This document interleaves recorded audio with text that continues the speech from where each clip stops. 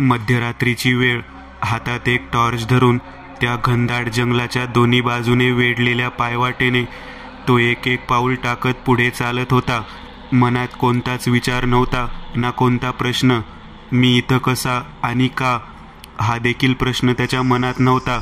दूरवर कोणतं तरी जनावर अचानक विवळलं आणि घनदाट झाडीतून काही वटवाघूळ अचानक किंचाळत आकाशात उडाली. त्याच्या पावलांचा त्या पायवाटेवर असलेल्या वाळलेल्या गवतावर पाय पडल्यावर होत असलेला आवाज आता द्विगुणित झाला. म्हणजे कोणीतरी आणखीही होतं, जे त्याच पायवाटेने त्याच्याच आसपास चालत आहे. त्याने झटकन मागे वळून बघितलं, पण मागे केवळ आणि केवळ अंधार होता. कोणीच दिसत नव्हतं. त्याने परत एकदा समोर बघितलं आणि चालायचा वेग वाढवला. आता काही मिनिट त्याला स्वतःच्या चालण्याचा आवाज येत राहिला. काही पावलांवर येताच घनदाट झाडाची दाटी जरा विरळ झाली आणि दूरवर दिव्यांची टिमटिम नजरेला दिसून आली.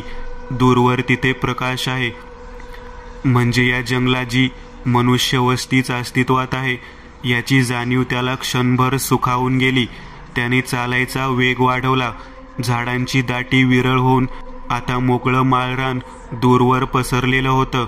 जसजसा तो त्या प्रकाशाच्या स्रोताच्या जवळ जात होता तसतसं आता त्याला जाणवू लागलं की ती एक इमारत आहे. एखादा ओसाड पडलेला वाडा किंवा घर, असं काहीतरी ते होतं. काही अंतर पुढे आल्यावर आता माळरानाचं क्षेत्र संपून काही झाडांचं अस्तित्व सुरू झालं. तो दगडी वाडा अगदी काही मीटर अंतरावर होता. वाड्याच्या आजूबाजूला असलेली जागोजागी भंग पावलेली संरक्षक भिंत दिसत होती. वाड्याच्या मुख्य प्रवेशद्वाराशी असलेलं एक लोखंडी गेट अर्धवट मोडून बाजूला पडलं होतं.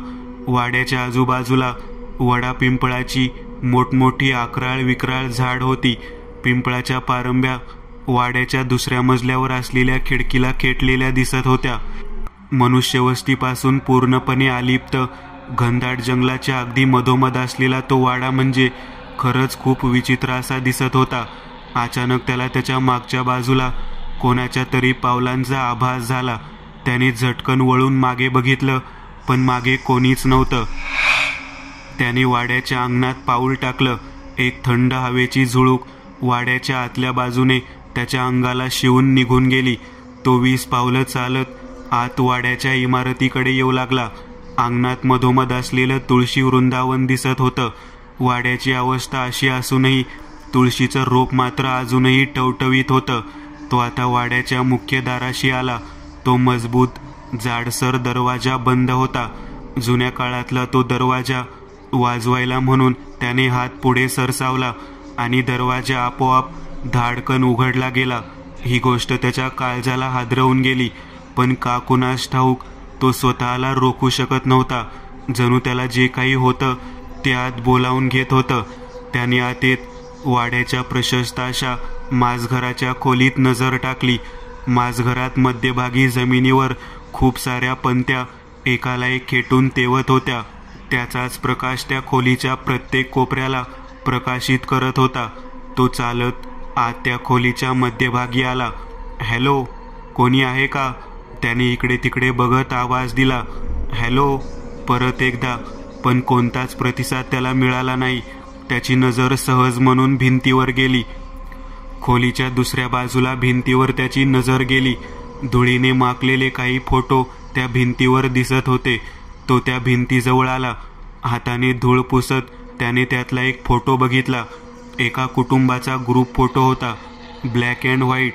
त्यात एक मध्यमवयीन पुरुष, त्याच्या बाजूला एक स्त्री, त्या स्त्रीच्या कडेवर एक लहान मुलगा आणि शेजारी खुर्चीवर बसलेली एक म्हातारी.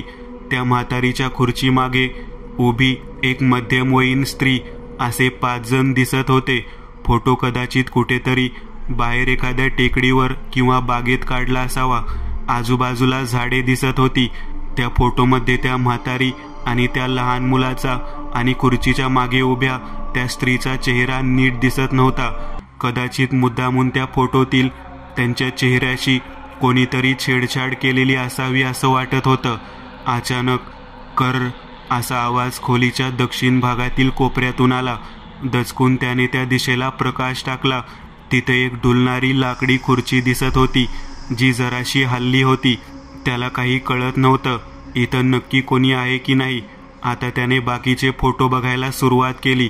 बाकी फोटो फ्रेम्समध्ये तो पुरुष आणि त्याची पत्नी या दोघांचेच फोटोज होते. वाड्याच्या अंगणात, वाड्याच्या खोलीत असे 3-4 फोटोज होते. पण या 3-4 फोटोजमध्ये त्या माणसाचा पेहराव जरासा विचित्र होता. त्याने प्रत्येक फोटोत कमरेभोवती धोतर नेसलं होतं. वरच्या अंगावर एक पांढरा पंचा, ती स्त्री मात्र 5 वारी साडीत होती. फोटोवरची धूळ बघून असं वाटत होतं इथं कोणी कित्येक वर्ष आलेलं नाही. पण मग या पंत्या कोण लावून गेलं होतं? अहो, कोणी आहे का? तो जोरात ओरडला आणि लगेचच कोणाच्या तरी खोकण्याचा आवाज आतल्या खोलीतून ऐकू आला. एखाद्या वृद्ध पुरुषाचा तो आवाज असावा. याने एक पाऊल टाकत आतल्या खोलीमध्ये प्रवेश केला. खोलीत मध्यभागी एक लाकडी लांबलचक अशी पेटी ठेवलेली आणि खोलीच्या कोपऱ्यात एक पलंग होता. अंधारात नीट समजत होतं की पलंगावर कोणीतरी झोपलेलं आहे. तिथं कसली तरी हालचाल, कसली तरी चुळबुळ सतत होत असलेली त्या माफक प्रकाशातही जाणवत होती. खोकण्याचा तो आवाज एकदाच ऐकू आलेला. तो आता त्या पलंगाजवळ आला. जमिनीवर इतस्त कसले तरी कागद विखुरलेले दिसत होते. पलंगाच्या अगदी 10 फुटावर येत त्याने बॅटरीचा प्रकाश त्या दिशेला टाकला आणि त्याच्या काळजाला हादरा बसावं तसा तो मागे सरकला. एक अर्धवट सडलेलं प्रेत त्या पलंगावर होतं. त्यावर 7-8 उंदीर घुटमळत होते. त्या उंदरांनी ते प्रेत कुरतडलेलं होतं. उंदीर हे साधेसुधे वाटत नव्हते. विचित्र आणि हिंस्र असे ते उंदीर त्या पलंगावर फिरत होते. काही कळून मागे वळून तो आता तिथून पळून जायचं मन बनवेल इतक्या त्या मध्यभागी ठेवलेल्या पेटीचं दार उघडून बाजूला फेकलं गेलं. या क्षणी त्याची बॅटरी आपोआप बंद पडली. खोलीत मिट्टा अंधार होता. त्याला घाम फुटला. क्षणभर सर्वत्र स्मशान शांतता होती आणि त्या पेटीतून काहीतरी उठून बाहेर आलेलं. त्याचे ते 2 चमकदार डोळे तेवढे त्या अंधारात चमकत होते. ते काय होतं, कसं होतं, काहीच समजलं नाही. अचानक त्याची बॅटरी सुरू झाली. त्याने त्या पेटीकडे बघितलं. ती पेटी बघून तर त्याला अक्षरशः शिशारी आली. त्या पेटीतही तसेच मोठमोठे उंदीर 12-15च्या संख्येने घुटमळत होते. बॅटरीच्या प्रकाशात जमिनीवर पडलेल्या त्या कागदांच्यावर त्याची नजर गेली. एका कागदावर एक चित्र रेखाटलेलं दिसत होतं. समुद्र किनाऱ्यावर पडलेली एक लांबलचक आयताकृती आकृती, जिचे तोंड एका माशासारखं होतं आणि बाजूला माणसांच्या मृतदेहांचा रचलेला ढीग, ज्यावर उंदीर चित्रित केलेले दिसत होते. बॅटरी आपोआप परत बंद झाली आणि त्याच्या पायाशी काहीतरी वळवळत असल्याचं त्याला जाणवलं. त्याने पायाला झटका देत तिथून बाहेर पळायला सुरुवात केली, पण त्याचे पाय त्याला जड वाटू लागले. 2 पावलं पुढे येत त्याला जाणवतं की त्याच्या पायावर आणि शरीरावर बऱ्याच संख्येने ते उंदीर चढले आहेत. तो जमिनीवर पडला. त्याच्या पायातला बूट कुरतडत एका उंदराने त्याच्या अंगठ्याला दंश केला. किंचाळत तो पलंगावरून खाली पडला. बाजूला ठेवलेला लँडलाईन फोन खणखणत होता. त्याने आजूबाजूला नजर टाकली. तो त्याच्याच घरात बेडरूममध्ये होता. त्याने सगळ्यात आधी स्वतःचा पाय बघितला. पायाला कोणतीच जखम दिसत नव्हती. हे जे आतापर्यंत तो बघत होता ते एक भयानक स्वप्न होतं. त्याने उठून उभं राहत फोन उचलला. हॅलो अर्जुन, अरे आहेस कुठं तू? सुट्टी अप्रूव्ह झाली की नाही तुझी? समोरच्याने विचारलं. हो झाली. काल रात्री मला सुट्टी अप्रूव्ह झाल्याचं समजलं, म्हणून तुला रात्री फोन केला नाही. सकाळी काही काम आहेत. काही केसेस माझ्याकडे पेंडिंग आहेत. त्यांच्या फाईल्स ज्युनियरना देऊन येईन. मग 5 वाजता वगैरे निघतो पुण्याहून, अर्जुन म्हणाला. अर्जुनने फोन ठेवला. पण अजूनही तो त्या स्वप्नाचाच विचार करत होता. हे स्वप्न त्याला पडायचीही पहिली वेळ नव्हती. हे स्वप्न त्याला लहानपणापासून आजवर कितीतरी वेळा दिसलं होतं. स्वप्नातील सर्व गोष्टी समान राहिल्या होत्या. फक्त त्याच्या स्वतःचं व्यक्तिमत्व मात्र वयानुसार त्या स्वप्नात बदलत जायचं. जेव्हा तो शाळेत होता तेव्हा त्याला स्वप्नात आपण खांद्याला शाळेची बॅग आणि युनिफॉर्म घातलेला आहे आणि त्या वाड्यात फिरतोय असं दिसायचं. ती चेहरे आणि तो सगळाच वाडा मात्र त्याने यापूर्वी त्याच्या आयुष्यात कधीही प्रत्यक्षात बघितल्याचं त्याला आठवत नव्हतं. त्याने स्वतःसाठी कॉफी बनवली आणि तो भिंतीला अडकवलेला कॅलेंडर जवळ आला. अच्छा, तर असं आहे. वाटलंच होतं मला. काल रात्री 3 वाजता अमावस्या सुरू झाली आहे तरीच म्हटले स्वप्न परत कसं पडलं. तो कॉफी घेत घेत विचार करत होता. 33 वय असलेला अर्जुन पोलीस खात्यात सिनियर इन्स्पेक्टर होता. तल्लख बुद्धिमत्ता, चाणाक्ष नजर यामुळे आजवर अनेक केसेस त्याने हातासरशी सोडवल्या होत्या. अजूनही तो अविवाहित होता. कुटुंब म्हणायला असं त्याच्याकडे काहीही नव्हतं. 2 वर्षांपूर्वी आईचे निधन झालं होतं आणि वडिलांना तर त्याने फक्त फोटोतच बघितलं होतं. आज तब्बल 2 वर्षानंतर त्याला 15 दिवसांची सुट्टी अप्रूव्ह झालेली होती. कॉलेजमधले त्याचे 2 मित्र विक्रांत आणि अक्षय यांच्यासोबत गोव्याला जाऊन पुढचे 15 दिवस अगदी मजेत घालवण्याचं त्या तिघांचं ठरलं होतं. सिगरेट ओढत, कॉफी घेत त्याने टेबलवर ठेवलेली पेंडिंग फाईलची लिस्ट हातात घेतली. यातल्या काही केसेसवर तो आता काम करत होता. 99% केसेस या नुकत्याच 6 महिन्यात घडलेल्या गुन्ह्याशी निगडीत होत्या. पण एक केस अशी होती जी 2 वर्षापूर्वीची होती. ती एकच केस अशी होती जी अर्जुनला अजूनही सोडवता आलेली नव्हती. त्या केसचं नाव त्याच्या लिस्टमध्ये बघून त्यालाही ते जरा कसं तरी वाटलं. केस नंबर 3457-2023. ही केस ही फार विचित्र अशी काही नव्हती. पुण्याच्याच येरवाडा कारागृहातून फरार झालेल्या 4 महिला कैद्यांची ती मिसिंग केस होती. 17 जानेवारी 2023च्या रात्री पुण्याच्या येरवाडा येथील महिला कारागृहात रात्रीच्या वेळी आग लागल्याने गदारोळ झालेला. या अग्निकांडात तब्बल 12 महिला मृत झालेल्या. आग कशीबशी विझवण्यात आल्यानंतर याची सखोल चौकशी झाली. त्यात मृत्युमुखी पडलेल्या 12 महिलांची ओळख पटली होती. पण 4 महिला अजूनही बेपत्ता झाल्याचं कारागृह प्रशासनाला लक्षात आलं. या 4 बायका नक्की इथून पळाल्या कशा हे देखील समजू शकलं नाही. सुषमा चव्हाण वय 45, विनीता राव वय 34, अंकिता शिंदे वय 35, राणी कुलकर्णी वय 27 अशी या 4 महिलांची ओळख पटली. पण त्यांचं आज 2 वर्ष झालं तरी काहीच सुगावा लागलेला नव्हता. अर्जुनने ती लिस्ट परत एकदा चेक केली आणि त्यानंतर घडी करून तो कागद टेबलवर ठेवला. तो आता आंघोळ वगैरे करून फ्रेश झाला. 10 वाजले होते. त्याला 11:30 पर्यंत पोलीस स्टेशनला पोहोचून हँडओव्हर द्यायचा होता आणि मग परत घरी येऊन पॅकिंग करून निघायचं होतं. अक्षय मुंबईला सेटल होता तर विक्रांत स्वतः गोव्यातच एक हॉटेल चालवत होता. त्यामुळे इथून अर्जुनला एकटंच जायचं होतं. त्याला ड्राईव्ह करत जायला आवडायचं. तसा तो फ्लाईटने जाऊ शकत होता, पण त्याला या प्रवासाचा आनंद घ्यायचा होता. त्याला स्वतःसोबत काही काळ घालवायचा होता. त्याने पुन्हा एक कप कॉफी बनवली आणि दुसरी सिगरेट पेटवली. त्याने टीव्ही ऑन केला. न्यूज चॅनल सुरू झाला. टीव्हीवर एक ब्रेकिंग न्यूज येत होती. आज तब्बल 5वा दिवस आहे जेव्हा जगाच्या विविध भागात एक विचित्र प्रकारचा मासा आढळून आलेला आहे. 5 दिवसांपूर्वी सर्वात आधी थायलंडच्या समुद्र किनाऱ्यावर हा मासा आढळून आला होता. त्यानंतर लगेचच ब्राझीलच्या समुद्र किनाऱ्यावर, मग मलेशिया, श्रीलंका आणि आज हा मासा ऑस्ट्रेलियाच्या समुद्र किनाऱ्यावर आढळून आलेला आहे. त्या बातमीत तो मासा दाखवण्यात येत होता. मलेशियाच्या समुद्र किनाऱ्यावरचा तो त्या माशाचा व्हिडिओ पाहून अर्जुनला काहीतरी क्लिक झालं. हा मासा तर अगदी हुबेहूब तसाच आहे जसं मी स्वप्नात त्या जमिनीवर पडलेल्या कागदांवर रेखाटलेल्या चित्रात बघितलं होतं. डूम्स डे फिश असे या माशाला म्हटलं जातं. हा मासा सहजासहजी आढळून येत नाही. अतिशय दुर्मिळ असा हा समुद्री जीव आहे. पाश्चिमात्य देशांमध्ये एक धारणा अशी देखील आहे, हा मासा जेव्हा केव्हा आजवर आढळून आला तेव्हा तेव्हा जगावर कोणतं तरी मोठं संकट आलेलं आहे.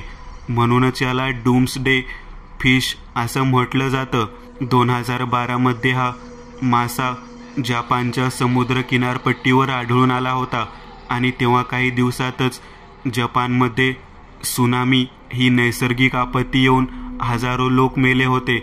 1914, 1939, 1930 या काळातही हा मासा जगाच्या विविध भागात आढळून आलेला, ज्यात मग नंतर पहिला आणि दुसरं महायुद्ध, आर्थिक मंदी अशा घटना घडल्या होत्या. 5 दिवसात 5 ठिकाणी हा मासा आढळून येणं हा एका मोठ्या नैसर्गिक आपत्तीचे संकेत तर नसेल? या प्रश्नावर न्यूज चॅनल त्याने बंद केला. आजवर ते स्वप्न मला कितीतरी वेळा पडले लहानपणापासून.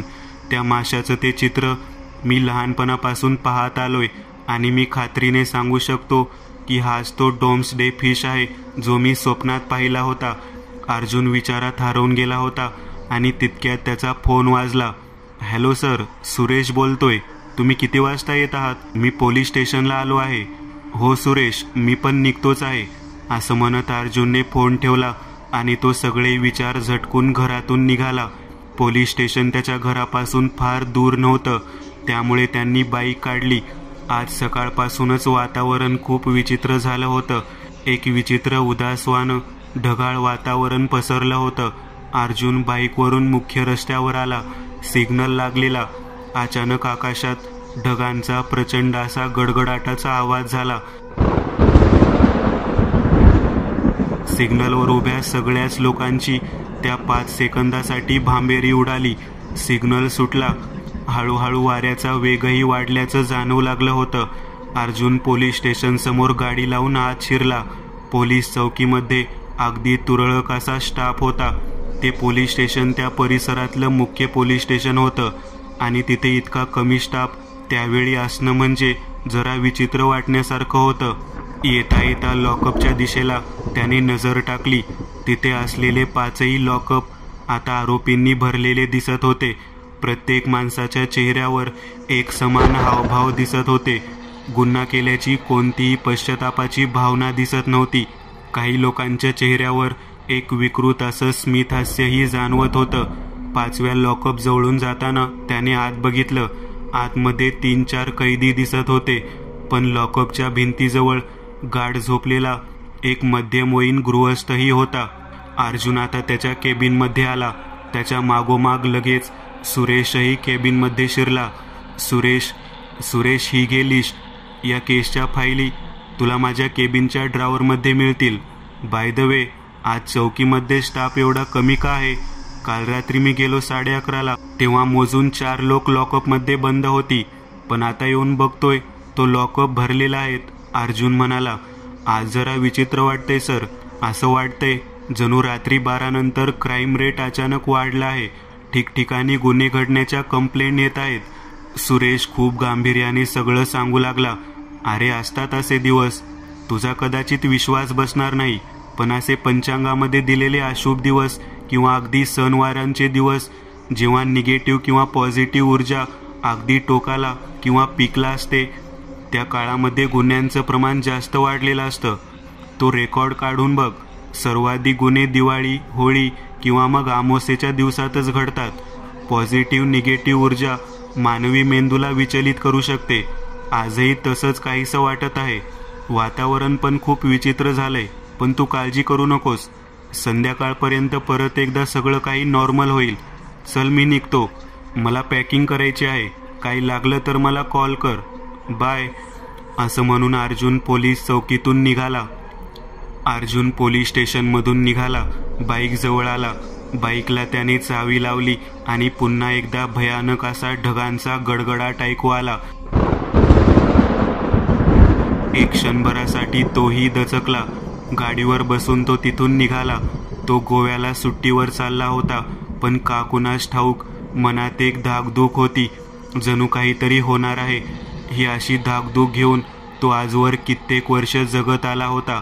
लहानपणापासून अनेकदा तो मरणाच्या दाढेतून परत आलेला. असे अनेक प्रकार घडले होते. वयाच्या 5व्या वर्षी तो ज्या शाळेत शिकत होता त्या मजल्याला आग लागलेली. त्याच्या वर्गात त्यावेळी असलेली 19 मुलं मेली होती, पण अर्जुन एकमेव त्यात वाचला होता. 12व्या वर्षी अशाच पावसाळ्याच्या दिवसात गच्चीवर खेळत असताना त्याच्या अंगावर वीज पडली होती, पण त्यातही तो कोणतीही हानी न होता बचावला होता. 19व्या वर्षी मुंबईला लोकल ट्रेनने प्रवास करताना त्या ट्रेनमध्ये बॉम्ब ब्लास्ट झालेला. त्यातही त्याच्या केसाला धक्का लागलेला नव्हता. कित्येक लहान लहान अपघात तर त्याला आठवतही नव्हते. त्याचं निघून जाणं आणि मग त्याच बसचा अपघात होणं हे तर अनेकदा घडलं होतं. पण कुठं ना कुठं लहानपणापासून त्याला एक गोष्ट चांगली जाणवायची, ती म्हणजे मृत्यू सतत आपल्या मागावर आहे. पण कर्म धर्म संयोगाने आपण आजवर त्याला चकवलं आहे. या गोष्टीने त्याला हिंमतही मिळायची, पण कधी कधी तो पॅनिक पण व्हायचा. आई गेल्यानंतर एकटेपणा वाढला होता, पण तिच्याशीही फार असा मनमोकळा संवाद त्याने कधी साधलाच नाही, कारण त्याची बोलूच शकत नव्हती. वडिलांच्या अपघाती मृत्यूनंतर तिची वाचा गेली होती. तेव्हापासून ते तिच्या मृत्यूपर्यंत ती मानसिकरित्या विक्षिप्तच राहिली होती. त्याचं लहानपण जरा विचित्र आणि असामान्य गेलं होतं. हे विचार, या आठवणी त्याला रोज कधी सतावत नसत, पण अशा उदासीन वातावरणात या विचारांचं सावट मनावर जाणवायचं. तो घरी पोचला कधी हे त्यालाही लक्षात आलं नाही. घरात येत त्याने सर्वात आधी जेवण ऑर्डर केलं आणि त्याने बॅग पॅक करायला सुरुवात केली. वातावरण अजून बिघडू लागलेलं. तो टीव्ही बघत बघत बॅग भरत होता. न्यूजमध्ये सर्वात मोठी बातमी होती ती म्हणजे उत्तराखंडला झालेला भूकंप. जवळजवळ 7.9 रिश्टर स्केलचा तो भूकंप होता. 1 तासापूर्वी आला होता. ही बातमी बघत अर्जुन जरा विचारात पडला. काय होतं हे सगळं? कोणत्या विनाशाची सुरुवात तर नाहीये ही? नको उगाच नाही ते विचार मनात आणायला. आज तो एखादा दिवस वाईट, आज तसाच दिवस दिसतोय. त्यांनी स्वतःच्याच मनाची समजूत काढली. बॅग पॅक होईपर्यंत त्याने जेवण ऑर्डर केलेलं. जेवण देखील आलं होतं. तो जेवण करता करता टीव्ही बघत होता. राहून राहून न्यूज चॅनलवर देशभरात घडत चाललेल्या वेगवेगळ्या गुन्हेगारीच्या घटना आता वाढू लागल्याचं लक्षात येत होतं. मुंबईत किरकोळ वादातून 12 जणांची हत्या, नागपूरमध्ये निघालेल्या एका मोर्चात दगडफेक आणि चेंगराचेंगरीत 22 मृत्युमुखी, मुंबई पुणे हायवेवर टँकर अपघातात 10 जण मृत्युमुखी, कोलकाता येथे मॉलमध्ये बेछूट गोळीबार करत माथेफिरूकडून 16 जणांची हत्या. एकावर एक अशा सगळ्या नकारात्मक बातम्या आता न्यूजवर झळकत होत्या. काहीतरी बिघडलं आहे आज. वातावरणापासून ते मानवी मानसिकतेपर्यंत सगळंच चमत्कारिकरित्या बदललं आहे. त्याने पटकन टीव्ही बंद केला. घड्याळात 4 वाजले होते. मी आताच निघतो, म्हणजे रात्रीपर्यंत तरी गोव्यात पोहोचेन. त्याने त्याची ती बॅग उचलली आणि घर लॉक करून तो आता निघाला. सेफ्टीसाठी त्याने स्वतःजवळ एक रिव्हॉल्वर ठेवलं होतं. हे त्याचं सर्व्हिस रिव्हॉल्वर नव्हतं, त्याचं वैयक्तिक हत्यार होतं. तो फ्लॅटमधून खाली आला. कारच्या डिक्कीत त्याने त्याची बॅग ठेवली आणि आकाशाकडे नजर टाकली. ढगाळ वातावरण आता अधिकच गडद झालं होतं. दुपारचे 4 वाजले होते, पण जणू संध्याकाळचे 7:30 वाजले असतील असं वाटत होतं. तो गाडीच्या आत बसला. देवाचं नाव घेत त्याने गाडी स्टार्ट केली आणि पुढच्या क्षणी गाडीच्या बोनेटवरून काहीतरी पडलं. क्षणभर त्याला कळलंच नाही नक्की गाडीच्या पानावर काय पडलं, पण नीट बघितल्यावर त्याला धक्काच बसला. मानवी हाताचं एक रक्तात माखलेलं ते बोट होतं. तो गाडीतून बाहेर उतरला आणि त्या बोटाकडे बघत त्याने वर बघितलं. त्याची गाडी जिथं पार्क होती त्या जागेच्या वर कोणतीही इमारत नव्हती, फक्त एक गुलमोहराचं झाड होतं. त्याने परत एकदा गाडीच्या बोनेटवर पडलेल्या त्या बोटाकडे बघितलं. ते बोट तो आता उचलायला हात पुढे सरसावणार इतक्यात अचानक एक कावळा पटकन बोनेटवरचं ते बोट चोचीमध्ये पकडून उडून गेला. हे इतक्या पटकन झालं की अर्जुनला ते बोट उचलायला वेळही मिळाला नाही. आधीच नकारात्मकतेने ग्रासलेल्या त्याच्या मनावर आणखी एक प्रसंगाचा आघात झाला. नक्कीच चाललंय काय आज? काहीच कळायला मार्ग नाही. नक्की घडणार काय आहे? जेव्हा खूप सारे प्रश्न एकामागोमाग एक उभे राहत असतात आणि त्यावर कोणतंच उत्तर मिळत नसतं, तेव्हा माणसाची चिडचिड व्हायला लागते. तसंच काहीसं अर्जुनचं झालं होतं. कधीच्या काळात पुढचे 15 दिवस त्याला निवांत मनासारखं जगता येणार होते, पण त्याची सुरुवातच इतकी विचित्र आणि नकारात्मक झाली होती. तो आता गाडी घेऊन शहरातून हायवेकडे जायला निघाला. काही अंतरावर एका चौकात ट्रॅफिक जाम झालेलं दिसत होतं. सिग्नल ग्रीन होता, पण तरीही पुढच्या गाड्या हलत नव्हत्या. त्याने काच खाली केली. शिवीगाळ, भांडण आणि मारहाणीचे आवाज ऐकू येत होते. मध्येच एका बाईच्या किंचाळण्याचा आवाजही ऐकू आला आणि आता अर्जुनला राहावलं गेलं नाही. तो गाडीतून खाली उतरला आणि गर्दीतून मार्ग काढत चालत तो जरा पुढे आला. सिग्नल जवळच एका मोठ्या कारच्या बाजूला एक बाईक पडलेली दिसत होती.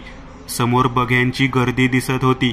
एक गर्भवती स्त्री त्या गर्दीतून आत जायला मार्ग शोधत आरडाओरडा करत होती. अर्जुन तिच्या जवळ आला.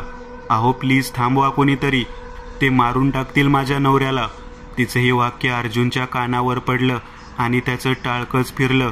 बघ्यांची गर्दी धक्का देत बाजूला करत तो आता पुढे आला. 3 जण एका मध्यमवयीन माणसाला मारत होते.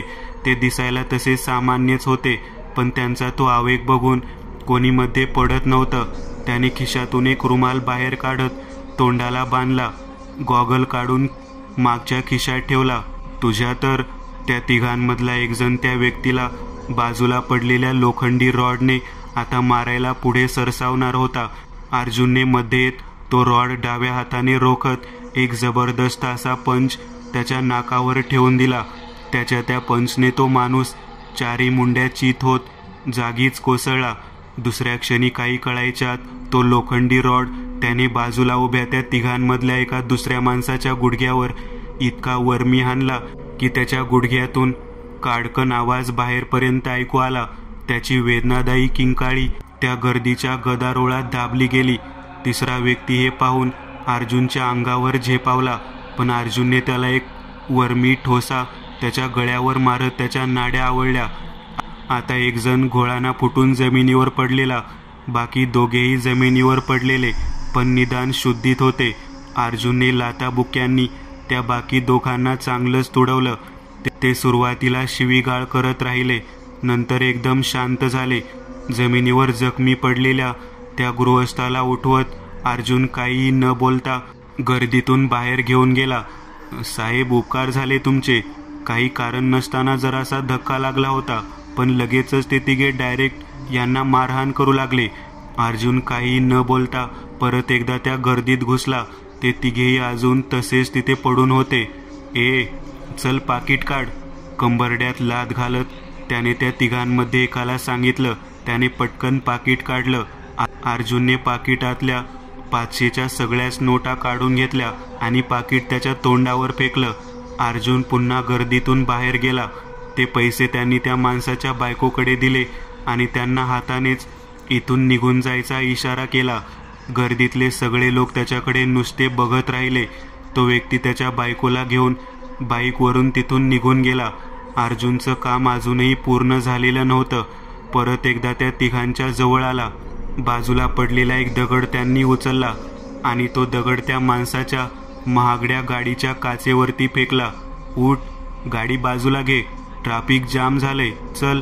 पुन्हा एक लाथ घालत त्याने त्यातल्या एकाला सांगितलं. तो पटकन उठला. जमिनीवर बेशुद्ध पडलेल्या माणसाला त्यांनी खरडत बाजूला केलं. कसंबसं त्या माणसाला गाडीत भरलं. ते दोघेही गाडीत बसले आणि गाडी तिथून बाजूला घेतली. आता गर्दी जरा पांगली होती. लोक गाड्या काढून निघून जाऊ लागले. त्यांची गाडी आता रस्त्याच्या दुसऱ्या बाजूला होती. अर्जुनने त्यांच्याकडे बघितलं. कपडे, राहणीमान सगळं बघितलं तर चांगल्या घरातली लोक, कुठल्या तरी कॉर्पोरेट कंपनीत काम करणारे लोक दिसत होते. मग अचानक इतके हिंस्र का झाले होते? ते तिथून निघून गेले. तो आता स्वतःच्या गाडीजवळ आला आणि गाडीच्या टपावर पडलेला एक रक्तात माखलेला रुमाल त्याला दिसत होता. त्याच्या अंगावर सरकन काटा आला. क्षणभरापूर्वी कसलीच पर्वा न करता 3 जणांना भिडणारा तो अचानक भीतीच्या सावटाखाली गेला होता. त्याने हाताने त्या छपरावरचा तो रुमाल बाजूला टाकला. तो गाडीत येऊन बसला. तोंडावरचा रुमाल काढत त्याने मोकळा श्वास घेतला. काच अर्धवट बंद करत त्याने गाडी स्टार्ट केली आणि अचानक गाडीच्या काचेवर कोणीतरी टकटक केलं. अर्जुन एकदम दचकला. ओय हिरो, कुछ दे ना. तो एक लंगडा भिकारी होता. एक पाय नव्हता त्याला. मळलेले कपडे, वाढलेली पांढरी दाढी, डोक्यावर एक फडकं बांधलेलं. अर्जुनने पाकिटातली 50ची नोट त्याला दिली. ती नोट घेत असताना त्याने अर्जुनच्या डोळ्यात बघितलं आणि त्याच्या चेहऱ्यावरचे हावभावच बदलून गेले. अर्जुनने काच बंद करत गाडी स्टार्ट केली आणि तो तेथून जाऊ लागला. कुछ भी हो जाए गाडी मत रोकना। अर्जुनने त्या तिघांच्या गाडीचा नंबर नोट डाऊन केला होता। त्याने आता त्याच्या RTO मध्ये काम करणाऱ्या एका मित्राला फोन केला। सतीश, एक काम होतं, तुला एक नंबर पाठवतोय। या गाडीवर किती फाईन आहे आणि या गाडीचा मालक कोण, त्याचा सगळा रेकॉर्ड मला हवा आहे। अर्जुन म्हणाला, हां देतो मी, पण झालंय काय? सतीशने विचारलं। सांगीन तुला, तू आधी मला माहिती तर दे, अर्जुन म्हणाला। असं म्हणत अर्जुनने फोन ठेवला। साल्यांचा माज उतरवतोच सगळा। नक्कीच साले क्रिमिनल माइंडचे असतील, नाहीतर असं कोण एखाद्याला अमानुषपणे मारेल, ते पण त्या माणसाची बायको गयावया करत होती, पण हे लोक तिच्या त्या ओरडण्यालाही दाद देत नव्हते। अर्जुन सिगरेट पेटवली आणि तो स्वतःशी बोलत होता। आता हायवे सुरू झालेला। सतीशचा फोन आला। हॅलो अर्जुन, तू नंबर दिला होतास त्या गाडीवर कोणताही फाईन नाही अजून। गाडी श्रीकांत पावसे नावाच्या माणसाची आहे आणि या माणसाचंही कोणतं क्रिमिनल रेकॉर्ड नाहीये, ना तो कुठल्या पक्षाचा कार्यकर्ता आहे, ना कोणत्या राजकारण्याशी निगडीत आहे। तो एका सॉफ्टवेअर कंपनीत जॉबला आहे। मी तुला त्याचा फोटो पाठवला आहे, एकदा चेक कर, सतीश म्हणाला। Are you sure? आणि जे मी बघितलं त्यात खूप तफावत आहे। अरे मी खोटं बोलेन एक वेळ, पण आपले रेकॉर्ड थोडे खोटे बोलतील, सतीश म्हणाला। ठीक आहे, मी चेक करतो।